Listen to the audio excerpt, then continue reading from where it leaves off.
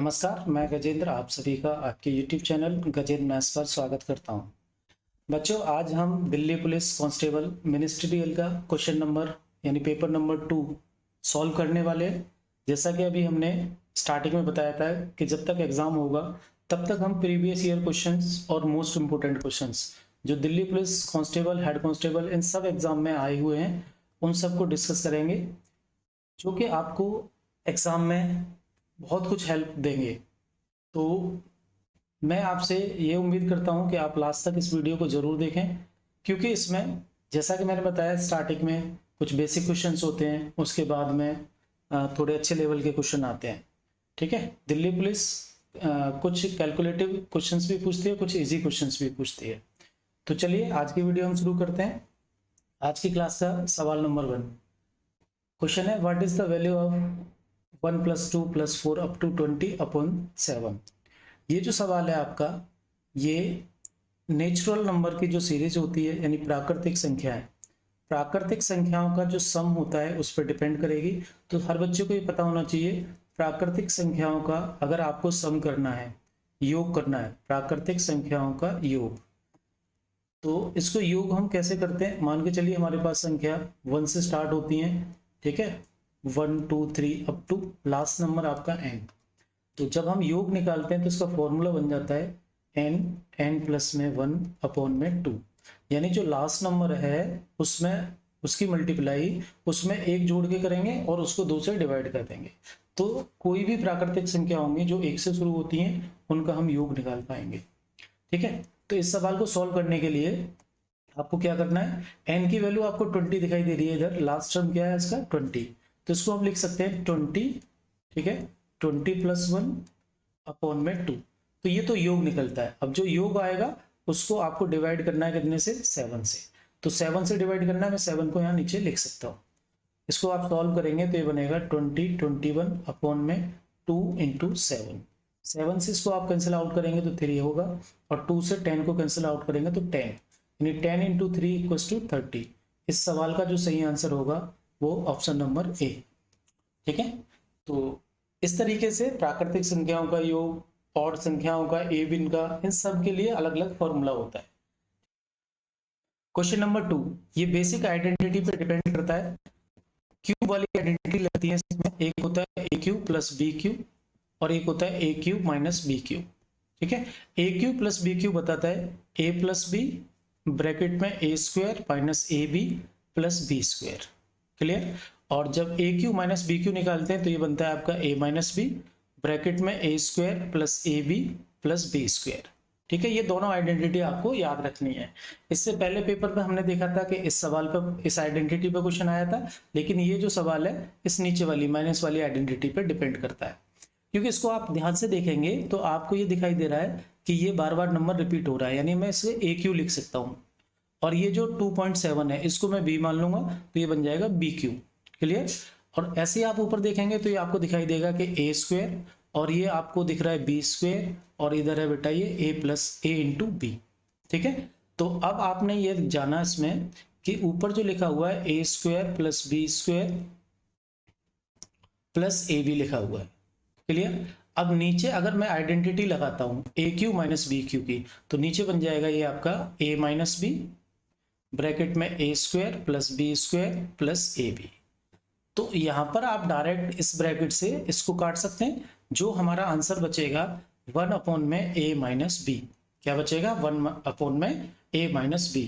अब A और B की डायरेक्ट वैल्यू आप पुट करेंगे। A की वैल्यू कितनी है 3.2 और B की वैल्यू कितनी है 2.7। तो इसका आंसर जो बनेगा 1/3.2 - 2.7, जो कि हो जाएगा आपका 1/, इसको आप माइनस करेंगे तो ये आएगा 0.5। ठीक है, 1/0.5। अभी आप ऑप्शन देख रहे हैं कि तो ऐसा कोई ऑप्शन आपको नहीं दिखाई देगा। आगे से फर्दर सॉल्व करते हैं तो इस पॉइंट को हटाएंगे, ऊपर 0 चला जाएगा और ये बन जाएगा आपका 10/5। 5 से इसको काटेंगे तो ये आ जाएगा 2 इज द, इसका ये जो 2 होगा ये इसका एकदम सही आंसर होगा, यानी option number C is the correct answer of this question. ठीक है, तो बेसिक आइडेंटिटी पे डिपेंड करता है। अलजेब्रा की जो बेसिक आइडेंटिटी है ये जरूर दिल्ली पुलिस में 1-2 सवाल इनसे पूछा जाता है। तो आपको क्या करना है, एग्जाम से पहले सारी आइडेंटिटीज याद करके रखनी है ताकि आपका टाइम वेस्ट ना हो और एग्जाम आप अच्छे से कर पाए। आज की क्लास का question number 3, what is the value of under root 0.0625। ठीक है, रूट स्क्वायर के ऊपर ये सवाल जनरली एक पूछा जाता है, सिंपल सा क्वेश्चन है। आप इसको 625 मानिए, 625 का जो रूट होता है वो 25 होता है। बस ये याद रखना है, अगर रूट में यहाँ 4 प्लेस है दशमलव की, तो रूट के बाहर कितनी बचेंगी, ये 2 बचेंगी। क्लियर, तो इसका आंसर कितना हो जाएगा 0.25, यानी option number C is the right answer. Direct आपको 625 का स्क्वायर रूट करना है जो कि 25 होता है, उधर 4 डिजिट है दशमलव की, स्क्वायर रूट के बाहर 2 डिजिट बचेंगे।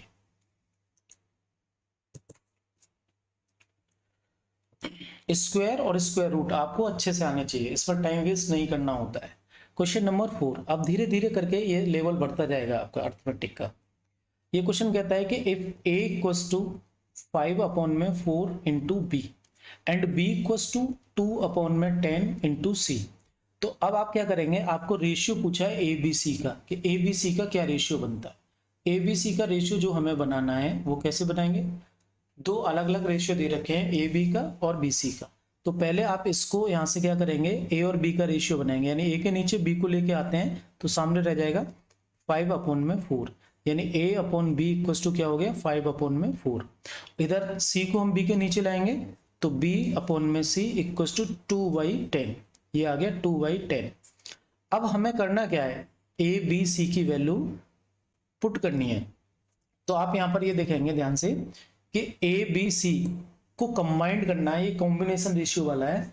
तो हमें क्या करना पड़ेगा बेटा, कि जो कॉमन टर्म है, यानी दोनों में जो आ रहा है, B इधर आ रहा है और B इधर आ रहा है, इसकी वैल्यू दोनों जगह सेम होनी चाहिए। बहुत ध्यान से देखना है आपको, कोई ज्यादा दिमाग नहीं लगाना। इधर आप देखेंगे B की वैल्यू 2, इधर B की वैल्यू कितनी है बेटा 4। तो मैं क्या कर सकता हूँ, दोनों जगह मुझे इक्वल करना है, तो इस 2 को मैं 4 बना सकता हूँ, और 4 बनाने के लिए मुझे इसमें क्या करना पड़ेगा, 2 से मल्टीप्लाई। अगर ऊपर 2 से मल्टीप्लाई किया है तो फिर नीचे भी होगा, क्योंकि कंडीशन सेटिस्फाई रखनी है मुझे। क्लियर, तो इसका मतलब है A/B तो बना 5/4 और B/C बन जाएगा ये आपका 4/20। कितना बन जाएगा 4/20। अब मैं ये देख पा रहा हूँ कि B इधर 4 है और B इधर भी 4 है, तो बाकी वैल्यू मैं एज इट इज उठा के रख दूंगा। 5 A की वैल्यू हो जाएगी, B की वैल्यू 4 और C की वैल्यू बेटा 20 हो जाएगी। तो यही आपका सही आंसर बन जाएगा। ठीक है, 5, 4 और 20, क्योंकि फर्दर ये आगे कटेगा नहीं। तो option number D is the right answer of this question. उम्मीद करता हूं कि सबको समझ आया होगा। बाकी कुछ और करने की जरूरत नहीं है, और भी बहुत सारे तरीके हो सकते हैं। सबसे पहले हम यही देखते हैं, सबसे इजी तरीका यही है कि जो कॉमन टर्म है उसको इक्वल कर लो, बाकी वैल्यू उठा के उधर करते हैं। नेक्स्ट क्वेश्चन आप देखेंगे, क्वेश्चन नंबर 5। क्वेश्चन नंबर 5 ये अच्छा सवाल है, ये एलसीएम एलसीएम वाले क्वेश्चंस होते हैं। इसमें कहता है कि 4 अंकों की सबसे छोटी संख्या क्या है जिसे 2, 3, 4 और 6 से विभाजित करने पर प्रत्येक स्थिति में एक शेष रहता है। ठीक है, रिमाइंडर 1 रहना चाहिए, चाहे हम उस संख्या को 2 से डिवाइड करें, 3 से करें, 4 से करें या फिर 6 से करें। क्लियर, और वो संख्या कितने अंकों की होनी चाहिए बेटा, 4 अंकों की सबसे छोटी संख्या ढूंढनी है। तो ऐसे सवालों को करने का तरीका क्या है, सबसे पहले हम जाएंगे कि 4 अंकों की सबसे छोटी संख्या होती कौन सी है। 4 अंकों की सबसे छोटी संख्या बेटा ये होगी आपकी 1000। अब मुझे क्या करना है, 1000 यानी जो आंसर आएगा हमारा इससे कम नहीं आएगा। 1000 क्या है, इससे कम आंसर नहीं आएगा, क्योंकि कम करेंगे तो क्या आ जाएगा, 3 अंकों की संख्या बन जाएगी। लेकिन हमें संख्या कितनी चाहिए, 4 अंकों की। अब हमारा क्वेश्चन जो है उसको सेटिस्फाई कराना है कि अगर हम इसे 2 से डिवाइड करें तो 1 बचे, 3 से करें तो 1 बचे, 4 से करें तो 1 रिमाइंडर बचे, 6 से करते हैं तब बचे। लेकिन आप ये देख रहे हैं कि हम 2 से करेंगे तो पूरा कट जाएगा, कोई रिमाइंडर बचेगा नहीं, 4 से करेंगे तब भी रिमाइंडर नहीं बचेगा। इसका मतलब ये आंसर नहीं है। अब इससे जस्ट बड़ी संख्या देखनी है कि जो इन सबसे कट रही हो और एक शेष बचाए। तो क्या करेंगे, सबसे पहले आप जो जिससे डिवाइड कराना है 2, 3, 4 और 6, इसका बेटा हम बनाएंगे एलसीएम। यानी ऐसी संख्या ढूंढनी है, अगर वो 2, 3, 4, 6 से कट रही है तो इनके एलसीएम से भी कटेगी।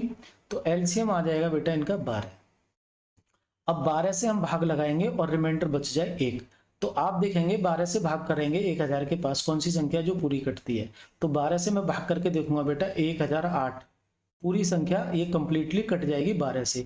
इसका मतलब है ये संख्या इनसे पूरी पूरी कट रही है, लेकिन हमें एक शेष छोड़ना है, तो वो संख्या क्या होनी चाहिए, एक बड़ी होनी चाहिए, यानी 1008 नहीं, उससे एक एक्स्ट्रा होनी चाहिए। इसका मतलब क्या है, 1009 इसका सही आंसर होगा। 1009 को अगर हम 2, 3, 4, 6 से भाग करते हैं तो हर बार एक शेष बचेगा। ऐसे सवाल बहुत ज्यादा पूछे जाते हैं रिमाइंडर वाले। तो आपको करना यही है कि जो भी संख्या दे रखी है, ये ए बी सी चाहे कोई भी है, इनका सबसे पहले आप एलसीएम निकालो। एलसीएम निकालने के बाद में आपको देखना है, अगर रिमाइंडर 0 बचाना है तो सीधा सीधा एलसीएम से कटनी चाहिए। रिमाइंडर कुछ रहता है तो उसको हम ऐड कर देंगे उस संख्या में। क्लियर? तो 1009 इसका सही आंसर हो जाएगा। उम्मीद करता हूं कि ये सवाल अच्छे से सभी को समझ में आ रहा होगा। ठीक है, इसी तरीके से धीरे धीरे क्वेश्चंस का लेवल बढ़ता जाएगा जो कि दिल्ली पुलिस पूछती है। ये सभी क्वेश्चन वही हैं जो प्रीवियस ईयर में आए हुए हैं दिल्ली पुलिस के अंदर।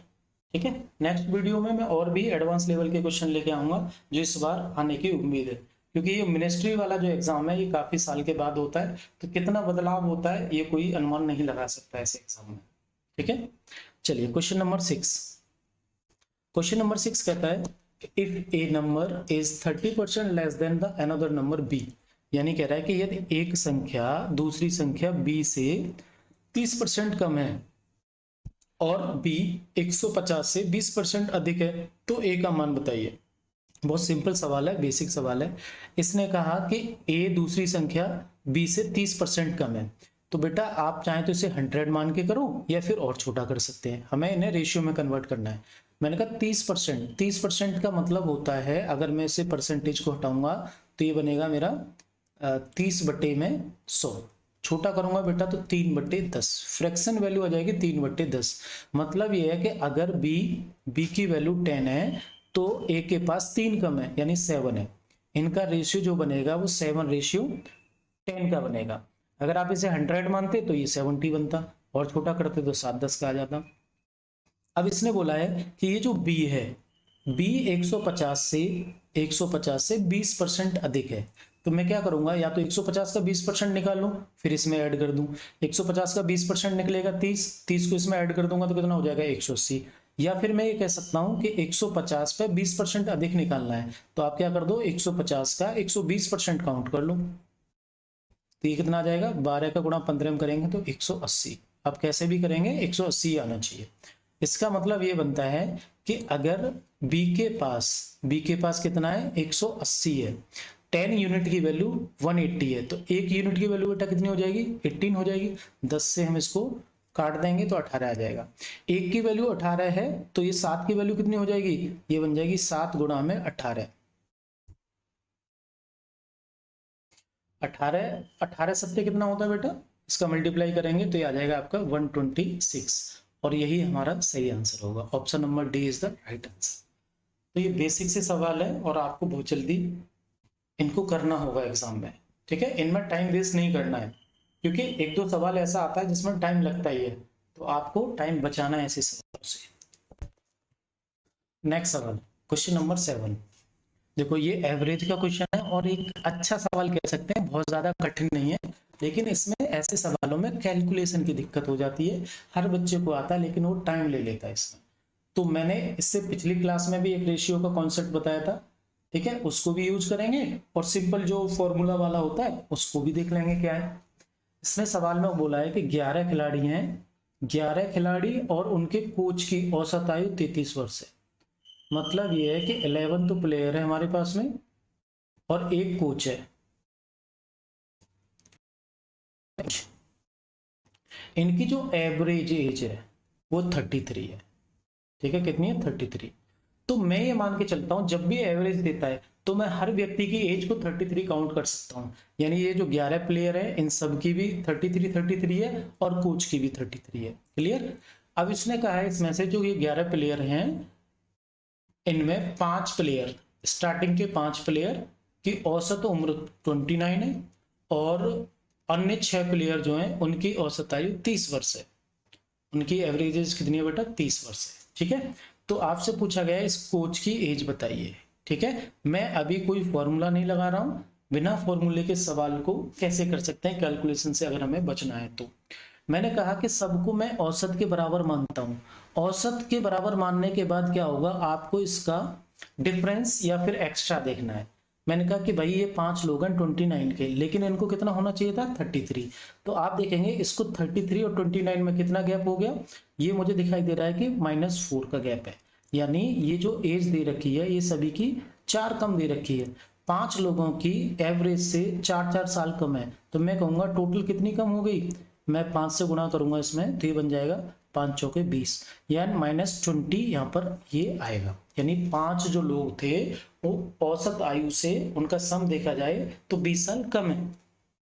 और जो ये 6 प्लेयर हैं इनका क्या है 30 है, यानी 33 होना चाहिए। ये भी कितने कम हो गए, 3 कम रह गए। कितने प्लेयर हैं, 6 प्लेयर हैं, तो मैं 6 से गुणा कर दूंगा तो ये सम में कितना अंतर आ जाएगा 18 का। यानी ये 6 प्लेयर एवरेज बनाने में टोटल इनकी 18 साल कम रहेगी, इनकी 20 साल कम रहेगी। तो ओवरऑल आपको देखना है तो आप देखेंगे -20 और -18, यानी इसका मतलब -38। जब हम सबका सम कर रहे हैं एवरेज बनाने पर -38 का अंतर आ रहा है।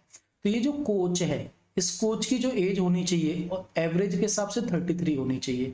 अगर यहाँ पे ओवरऑल चेंज अगर 0 का आता तो मैं कहता कि कोच भी हमारा 33 साल का है, लेकिन यहाँ पे -38 आया है, तो इसका मतलब -38 की पूर्ति किसने की, कोच ने की। तो अगर माइनस आया तो मुझे क्या करना है, प्लस करना है 38 को। अगर मैं इसमें +38 कर दूंगा तो ये बन जाएगा मेरा 71, यानी कोच की एज जो है वो 71 हो जाएगी। Option number A is the right answer of this question. ठीक है, ओवरऑल चेंज में याद रखना, माइनस में आता है तो प्लस करना है, अगर प्लस में आता है तो माइनस करना है। ये मुझे बहुत यूनिक तरीका लगता है। अगर बच्चे इसकी प्रैक्टिस करते हैं, एग्जाम में क्वेश्चन इस तरीके से परफॉर्म करते हैं तो नो डाउट उनका समय जरूर बचेगा। अभी आपको लग रहा होगा कि सर ने इतनी सारी बातें बता दी तो हमारा टाइम ज्यादा जा रहा है, लेकिन आप बार बार इन चीजों की प्रैक्टिस करेंगे तो आप बहुत बड़ी कैलकुलेशन से बच जाएंगे, बार बार गुणा करने से बच जाएंगे। ठीक है, बाकी तो हम इसे एवरेज के फॉर्मूले से भी कर सकते थे कि भैया ये 11 और एक 12, 12 लोग दे रखे हैं उनका टोटल निकाल लो, 12 लोगों का 33 से गुणा कर दो। ठीक है, ये टोटल एज आ जाएगी सबकी। फिर क्या करेंगे, स्टार्टिंग के 5 व्यक्ति दे रखे हैं, इनकी औसत 29 है तो 5 में 29 का मल्टीप्लाई करो। फिर आपको क्या करना है, 6 प्लेयर है जिनकी औसत आयु 30 है, इसका गुणा करो। तो यानी 5 और 6 11 लोगों की जो एज बनेगी ये इसका सम करना है, फिर इसमें से आपको माइनस कर देना है। आप एक बार करके देखिए, आंसर वही आएगा 71। क्लियर। लेकिन इसमें क्या है कि बड़ी बड़ी कैलकुलेशन है, यहाँ तो ज्यादा बड़ी नहीं है, पॉइंट में भी हो जाता है कभी कभी, तो वो बहुत दिक्कत करता है। तो मेरे कहने से आप इस मेथड को यूज कीजिए, बहुत सही मेथड है और समय बचाता है। एक बार अगर आपको समझ आ गया तो काफी समय बचेगा इसका। चलिए नेक्स्ट सवाल देखते हैं। Question number 8। क्वेश्चन नंबर 8 दिया ये आपका CISI के डिफरेंस से 2.5% प्रतिवर्ष की दर से 2 वर्ष के लिए 8,000 रुपए का चक्रवर्ती ब्याज और साधारण ब्याज के बीच का अंतर बताइए।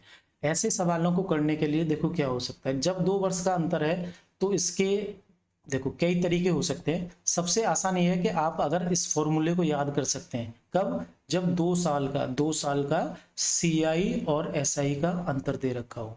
CI और SI का क्या हो बेटा, अंतर हो, केवल 2 साल का है तब हम इसको लगा पाएंगे। D इक्वल टू क्या होता है, PR/100 की पावर n। क्या होगा, ये फॉर्मूला डायरेक्ट 2 साल के CISI के लिए होता है। ठीक है, मैं इसके अलावा भी बताऊंगा, जरूरी नहीं है कि आपको फॉर्मूला याद ही रहे। अगर फॉर्मूला याद नहीं है तब क्या करेंगे वो भी मैं बताऊंगा। अभी हम इससे इसको सॉल्व कर सकते हैं। आपसे ये डिफरेंस पूछा है, प्रिंसिपल यानी P क्या है आपका, प्रिंसिपल 8,000 रुपए, रेट दे रखा है आपके पास 2.5 का, अपॉन में आएगा 100 और कितनी हो जाएगी 2 साल, यानी n की वैल्यू 2 साल हो जाएगी, 2 ईयर्स हो जाएगी। अब इसको आप सॉल्व करेंगे तो आप ये देखेंगे ये मिलेगा आपको।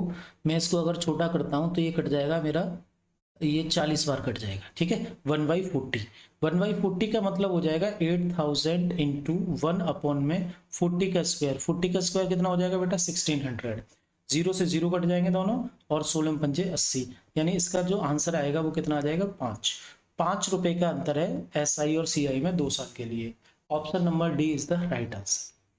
एक तरीका है ये फॉर्मूले का, 3 साल के लिए भी फॉर्मूला लगता है, लेकिन कभी कभी फॉर्मूला हमें याद नहीं रहता तो हम क्या करेंगे, एक और चीज देखो, इसको मैं 2-3 तरीके से समझाऊंगा। दूसरा मेथड क्या लगा सकते हैं, अगर हमें ये पता है कि SI हमें काउंट करना है 2 साल का और CI काउंट करना है, अगर मैं SI और CI की परसेंटेज निकाल देता हूँ, परसेंटेज का मैं डिफरेंस देखता हूँ, हर साल 2.5% लग रही है, तो SI कितना हो जाएगा बेटा, 2.5 और 2.5 कितना हो जाएगा, 5%। सीधा सीधा हम दोनों को प्लस कर देंगे, यानी 2 साल की जो ब्याज लगेगी SI पे वो कितनी लगेगी, 5%। अगर मैं CI की बात करूँ तो CI जब हमें 2 साल की निकालनी होती है तो पहली साल तो यही रहेगी 2.5%, ठीक है, और दूसरी साल भी ये रहेगी 2.5%।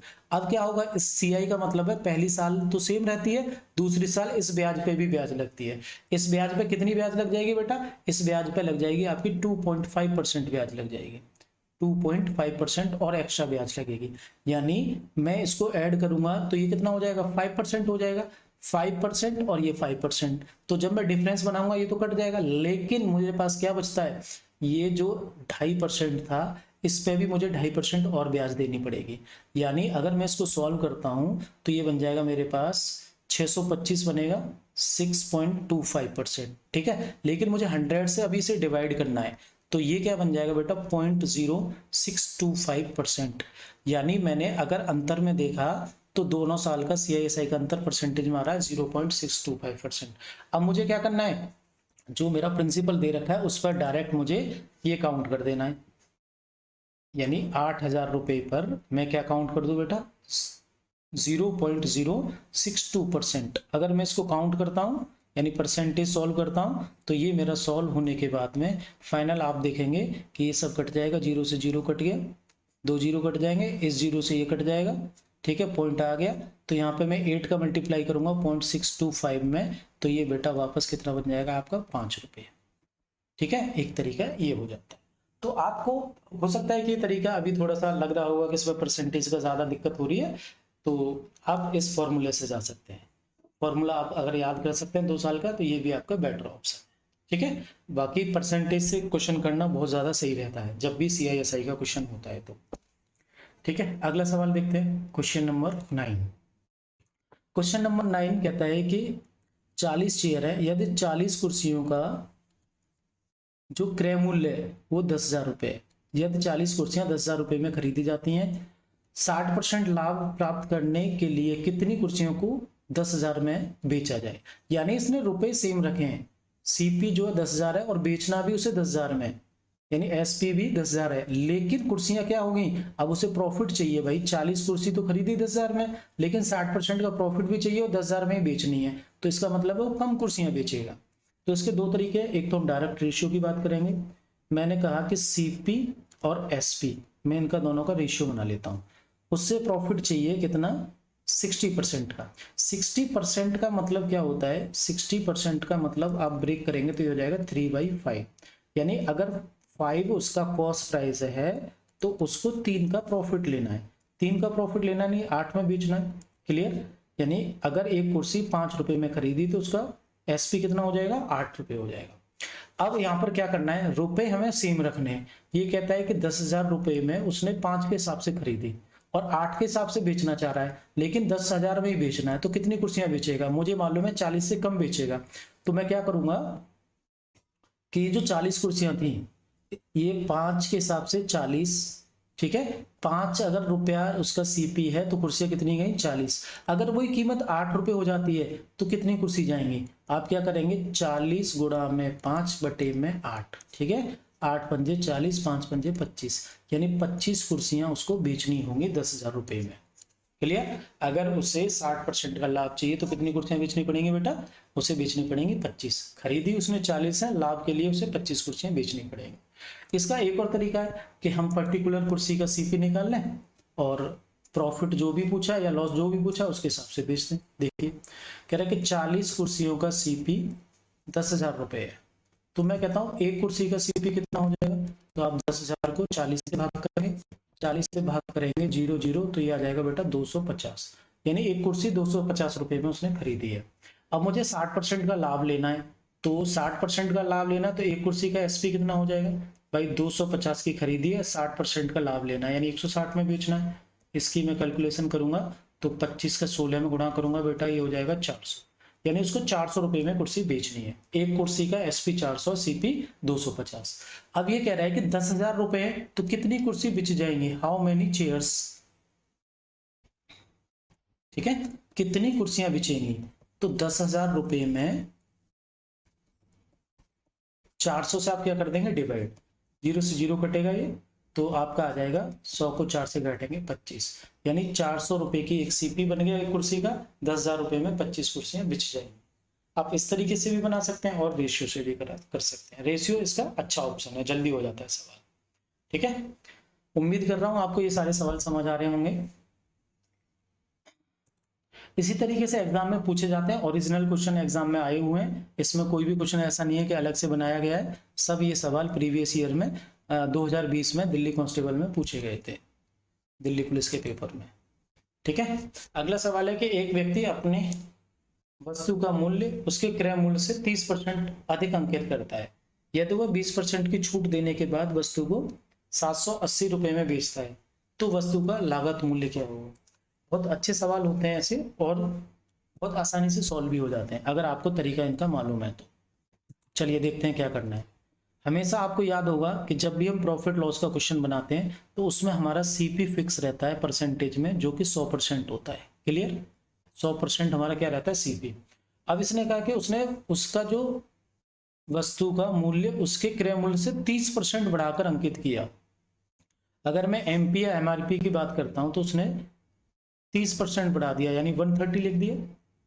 अब फिर कहता है कि इस पर उसने छूट दी 20% की, तो आपको पता होगा डिस्काउंट हमेशा MP पे मिलता है, 20% की छूट देता है और उसके बाद जो बेचता है 780 रुपए में, यानी SP जो गिवन है वो 780 रुपए गिवन है। तो वस्तु का लागत मूल्य क्या होगा, यानी CP पूछा है आपसे। क्लियर, सवाल को समझना बहुत जरूरी है। MP 130 है, अब MP पे उसने डिस्काउंट कितना दिया है बेटा, 20% का। अगर 20% का डिस्काउंट दिया है तो मैं कहूंगा SP कितना है भाई, 130 से है लिखा हुआ, उस पर 20% का डिस्काउंट तो 80 पे बेचा है। इसको सॉल्व करेंगे आप तो ये बन जाएगा आपका 13 अट्ठे 104। 104% क्या हो गया बेटा, SP हो गया, यानी उसने जो वस्तु बेची है वो 104% में बेची है, और 104% की वैल्यू दे रखी है सवाल में 780 रुपए। तो मैं कहूंगा ये 104% बराबर कितना है, 780 रुपीज। पूछा क्या है आपसे, 100% CP पूछा है, तो 1% की वैल्यू निकाल लीजिए पहले, 784 अपॉन में 104, ठीक है। और CP चाहिए तो 100% निकाल दो, 780 बटे में 104 गुणा में 100%। अगर आप इसको सॉल्व करते हैं तो ये आपका ये बन जाएगा, इसको आप बेटा छोटा करेंगे तो ये बनेगा 26 और 25, 25 चौके 100, 26 चौके 104। अब मैं इसे 26 से काटता हूं तो ये मेरा बन जाएगा, 2 से काट लीजिए 13, 2 से काटेंगे हम, 2 3 6 और 2 निम में 18 और 0, यानी ये 13 बना, 13 से फिर कट जाएगा, 13 3 39, यानी 30, यानी फाइनली आंसर आ जाएगा 30 इंटू 25, 25 से 75, 750 रुपए इसका CP है। Option number D is the right answer. Clear, आपको कैलकुलेशन करना भी आना चाहिए, ठीक है। जल्दी से हम कैसे सॉल्व कर सकते हैं, ये काटना पीटना आपको आना चाहिए। चलिए अगला सवाल देखते हैं। इस क्वेश्चन में पूछा गया है, ये आपका कहां से आ गया, वर्ग यानी स्क्वायर से पूछा गया है, एरिया पेरीमीटर से पूछा गया है। तो एक तो सवाल आपका एडवांस मैथ्स का भी इसमें जरूर रहता है। क्वेश्चन कहता है कि what will be the ratio of area of square to the area of circle inscribed in it. इसका मतलब है कि एक वर्ग है, एक वर्ग के क्षेत्रफल का उसमें अंकित वृत्त के क्षेत्रफल के का अनुपात बताइए। यानी ये बोलता है कि एक हमारे पास स्क्वायर है, वर्ग है, और इसके अंदर हमने क्या बनाया, एक सर्कल बनाया है। ठीक से बना लेते हैं इसे। ये कहता है कि एक हमारे पास स्क्वायर है, स्क्वायर क्या होता है, जिसकी चारों भुजाएं बराबर होती हैं, ठीक है। मैं मान के चलता हूं ये स्क्वायर है, इसके अंदर एक सर्कल बनाया गया है, ये एक सर्कल बनाया गया है, ठीक है। तो अब इन दोनों के एरिया का रेशियो क्या होगा, तो इसकी जो साइड होगी मैंने A मान ली, इसकी जो रेडियस होगी बेटा क्या हो जाएगी, हाफ हो जाएगी इसकी, a/2, यानी पूरी ये क्या है a, तो रेडियस क्या हो जाएगी, आधी हो जाएगी a/2। अब मुझे एरिया चाहिए स्क्वायर का एरिया चाहिए और सर्कल का एरिया चाहिए, ठीक है। इन दोनों का आपको रेशियो बताना है। तो स्क्वायर का एरिया क्या हो जाएगा, भुजा का स्क्वायर यानी a स्क्वायर, और सर्कल का एरिया क्या होता है, पाई r स्क्वायर। पाई r कितना है, a/2 का स्क्वायर। आप इसको सॉल्व करेंगे, a स्क्वायर पाई की वैल्यू आप पुट कर दीजिए 22/7 इंटू ए स्क्वायर अपॉन में 4। तो ये a स्क्वायर से a स्क्वायर कैंसिल हो जाएगा, इधर a स्क्वायर से ये a स्क्वायर कैंसिल हो जाएगा, और ये 2 और इसको कर सकते हैं 11, यानी ये बन जाएगा 7 इंटू 2 यानी 14, इधर 14 आ जाएगा और ये इधर 11 रह जाएगा। इनका आंसर बन जाएगा 14:11। Option number B is the right answer, ठीक है। तो ज्यादा कठिन सवाल नहीं आते एडवांस मैथ से, लेकिन बेसिक प्रॉपर्टी वाले, एरिया पेरीमीटर के फॉर्मूले वाले सवाल जरूर पूछे जाते हैं। चलिए अगला सवाल देखते हैं। ये पार्टनरशिप का क्वेश्चन है, आपके अर्थमेटिक में पार्टनरशिप जो चैप्टर है उससे पूछा गया है, साझेदारी वाला चैप्टर। इसमें कहता है ए और बी, ए ने 80,000 रुपये लगाकर एक काम शुरू किया, कुछ महीने बाद बी इसमें 60,000 रुपये लगाकर जुड़ गया। यदि वर्ष के अंत में लाभ को 2:1 में बांटा गया, जो प्रॉफिट रेशियो कितना, 2:1, तो बताइए कितने महीने बाद बी इसमें शामिल हुआ। यानी बी का टाइम पूछा है कि कितने महीने बाद ज्वाइन किया, ये नहीं पूछा कितने महीने तक रहा। तो इसको बनाने का तरीका यही है कि ए और बी, ए ने जो इन्वेस्ट किया वो 80,000 और बी ने जो इन्वेस्ट किया बेटा वो 60,000, ठीक है। तो हम क्या करते हैं, कैपिटल और टाइम का मल्टीप्लाई करते हैं, यही आपका प्रॉफिट रेशियो बनता है। आपको ये पता होना चाहिए कि जो प्रॉफिट रेशियो बनाया जाता है पूंजी गुणा में समय, ठीक है। अब ए ने स्टार्ट किया है और ए लास्ट तक रहा है वर्ष के अंत तक, तो हम कहेंगे कि ए 12 महीने तक इसमें रहा है। ए का टाइम कितना आ जाएगा, 12 महीने। यानी इसको हम रेशियो बनाते हैं P1 T1 P2 T2, ये सबको याद होगा जब मैंने क्लास में पढ़ाया था। और P1 T1 और P2 T2, यानी ये कैपिटल और टाइम का इनका रेशियो होता है। तो मैंने कहा कि भाई P1 तो 80,000 है और T1 कितना है, 12। अब इसका P2 60,000 है और T2 नहीं मालूम आपको, चलो हमने T2 लिख दिया इधर। अब इसने जो प्रॉफिट की बात कही है, जो प्रॉफिट रेशियो इनका वो कितना है, 2:1 है। प्रॉफिट रेशियो कितना है, 2:1 है। तो हर बच्चे को ये बात मालूम होनी चाहिए कि जो प्रॉफिट रेशियो ये क्या है, ये कैपिटल और टाइम वाला ही रेशियो है। पहले आप इसको छोटा करेंगे, इसको छोटा करेंगे तो आप पाएंगे ये 0 कैंसिल आउट हो जाएंगे चारों, यहाँ से बचेगा 6 और इधर 12 और इधर बचा 8। इसको दोबारा आप कैंसिल आउट करते हैं 6 से, तो ये हो जाएगा 2, यानी 8 और 2 का मल्टीप्लाई करेंगे तो 16, इधर से 16 और इधर से बचता है T2। यानी इस रेशियो को आप लिख सकते हैं 16 T2 बराबर 2/1। अब आगे इसको सॉल्व करते हैं तो T2 की वैल्यू जो होगी वो आ जाएगी 8, यानी T2 बराबर आ गया 8 मंथ्स। T2 कितना आ गया, 8 मंथ्स। इसका मतलब है कि बी कितने दिन तक रहा बिजनेस में, 8 महीने तक रहा। पूछा क्या है कि उसने कितने महीने बाद ज्वाइन किया, यानी 1 साल के लिए काम हुआ 12 महीने के लिए, तो 12 महीने में तो आप क्या कर देंगे, 8 महीने माइनस कर देंगे। इसका मतलब है 4 मंथ्स बाद उसने इस बिजनेस को ज्वाइन किया है। तो आंसर क्या हो जाएगा इसका, 4 मंथ्स। ऑप्शन नहीं, ऑप्शन है, option number A is the right answer. अगला सवाल देखिए, क्वेश्चन नंबर 13। क्वेश्चन नंबर 13 कहता है कि ए और बी, ये आपका टाइम एंड वर्क का क्वेश्चन है, टाइम एंड वर्क। ए और बी मिलकर एक काम को 8 दिन में कर सकते हैं। अगर ए और बी दोनों मिलकर काम करते हैं तो वो 8 दिन में समाप्त कर देते हैं। ए अकेला उसी काम को 12 दिनों में कर सकता है, तो बताइए बी अकेला उसे कितने दिनों में करेगा। वैसे ऐसे आसान से सवाल कभी पूछ नहीं जाते हैं, लेकिन ये 2020 में दिल्ली पुलिस ने पूछा है, ठीक है। कुछ नहीं करेंगे इसमें, बहुत बेसिक सा सवाल है, सब बच्चे जानते हैं इसको। 8 और 12 आपको क्या बताना है, टोटल काम बनाना है। टोटल काम कैसे बनता है, एलसीएम लेके। एलसीएम हमने ले लिया 8 और 12 का, कितना हो जाएगा 24। यानी अगर 24 यूनिट काम है हमारे पास करने के लिए, ए अकेला 8 दिन में कर रहा है तो एक दिन में कितना करेगा, 8 या 24, 3 यूनिट। और ये ए अकेला, सॉरी ए और बी ने 8 दिन में किया तो 8 से डिवाइड कर देंगे 3 आ जाएगा। ए 12 दिन में करता है, 12 से डिवाइड कर देंगे तो 2 आ जाएगा। इसका मतलब हमने ये जो बनाया है इनका, ये बना लिया 1 डे वर्क। 1 डे वर्क की क्या होता है इनका, वर्किंग कैपेसिटी। ये एक दिन का काम 1 डे वर्क हो गया। 1 डे वर्क कार्यक्षमता, यानी एक दिन में दोनों मिलकर 3 काम करते हैं और ए अकेला कितना कर देता है, 2 काम। अब कह रहा है बी कितने दिन में करेगा, 24 काम है और बी से करवाना है, तो बी का क्या लगाना है हमें, 1 डे वर्क। बी का क्या रखना है, 1 डे वर्क। तो 24 बट्टे में बी का 1 डे वर्क कैसे आएगा, ए और बी दोनों मिलकर 3 कर रहे हैं और ए अकेला 2 कर रहा है, तो इसका मतलब बी ने कितना किया, 1 काम। तो मैं इसे 1 से डिवाइड कर दूंगा, ये हो जाएगा 24 डेज।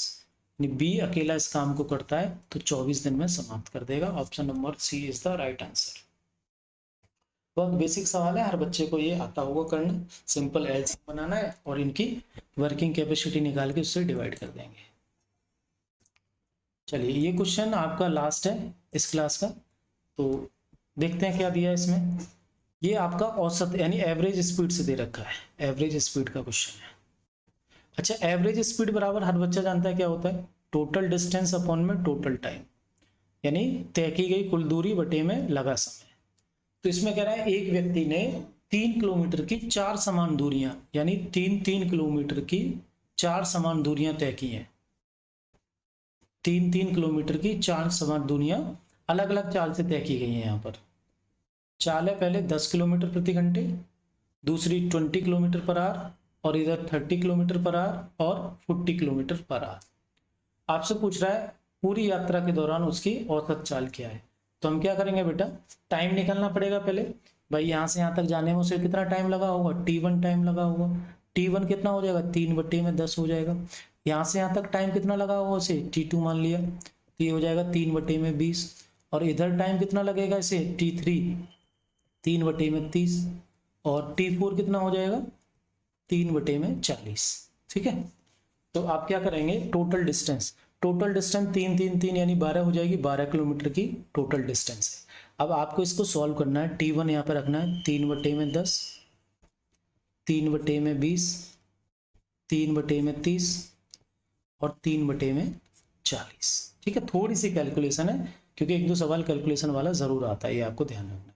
अब इसको जब हम सॉल्व करेंगे, पहले नीचे वाले को कर लेते हैं इसे। एलसीएम बना लीजिए इसका, एलसीएम 40 नहीं आएगा, 120 आएगा। आप इन चारों का एलसीएम बनाएंगे 10, 20, 30, 40 का, तो कितना आ जाएगा, ये आपका एलसीएम आ जाएगा 120। क्लियर। अब 10 से डिवाइड करेंगे तो 12 आएगा, 12×3 36 हो जाएगा, प्लस 20 से करेंगे तो आपका 6 आ जाएगा, 6×3 18, प्लस 3 चौक 12 यानी 30 से काटेंगे 4 बार और 4×3 12, इधर आ जाएगा 12, प्लस 40 से डिवाइड करते हैं 3 बार और 3×3 9। इन सबको आप ऐड करेंगे तो 18 और 12 बनेगा 40। ठीक है, सॉरी 18 और 12 30, 30 और 9 39, प्लस में 36। इसको आप ऐड करेंगे तो 5 6 75 अपॉन में 120, यानी ये तो नीचे वाली वैल्यू आई है, ऊपर कितनी है 12। अब आगे से सॉल्व करेंगे हम तो ये बन जाएगा 12/75 गुणा में 120। तो 120 को ऊपर लिख सकते हैं, 120 को क्या लिख सकते हैं, ऊपर लिख सकते हैं। फिर इसको छोटा करेंगे, आप इसे काटेंगे बेटा, अगर आप इसे 5 से काटते हैं तो 15 पंजे 75, 5 से काटेंगे तो ये आ जाएगा आपका 5 दूनी 10 और 5 चौके 20 यानी 24, 24 पंजे 120। अगेन इसे काटेंगे 3 से, 3 पंजे 15 और ये आ जाएगा 3 चौके 12। 4 का गुणा 24 में करेंगे तो 96, ये कितना आएगा 96 अपॉन में 5। अब इसे मैं 5 से डिवाइड करूंगा तो ये आ जाएगा 19.2 किलोमीटर पर आवर। तो एवरेज स्पीड क्या हो जाएगी इसकी, 19.2 किलोमीटर पर आवर। सवाल में कुछ नहीं है, बस कैलकुलेशन है। ठीक है, आपका पेशेंस चेक करना है, आपकी कैलकुलेशन चेक करनी है, आंसर एकदम सही आ जाएगा। ठीक है, उम्मीद करता हूँ आपको ये सारी क्वेश्चन समझ आए होंगे अच्छे से, और जो भी कुछ नया मिला होगा आपको जरूर आपने सीखा होगा। ठीक है, अगली क्लास में मैं ये कोशिश करूंगा कि मोस्ट इंपोर्टेंट क्वेश्चन जो कुछ एडवांस लेवल के भी हैं वो भी मैं इसमें रखूं। ये प्रीवियस ईयर के एग्जैक्ट प्रीवियस ईयर पेपर था जो मैंने आपके सामने सॉल्व किया है। ठीक है, तो चलिए बने रहिए आप मेरे चैनल पर, और जो बच्चे नए हैं वो चैनल को प्लीज सब्सक्राइब जरूर कर दें, नोटिफिकेशन आपके पास आता रहेगा तो आप सारी वीडियो प्रॉपर देख पाएंगे।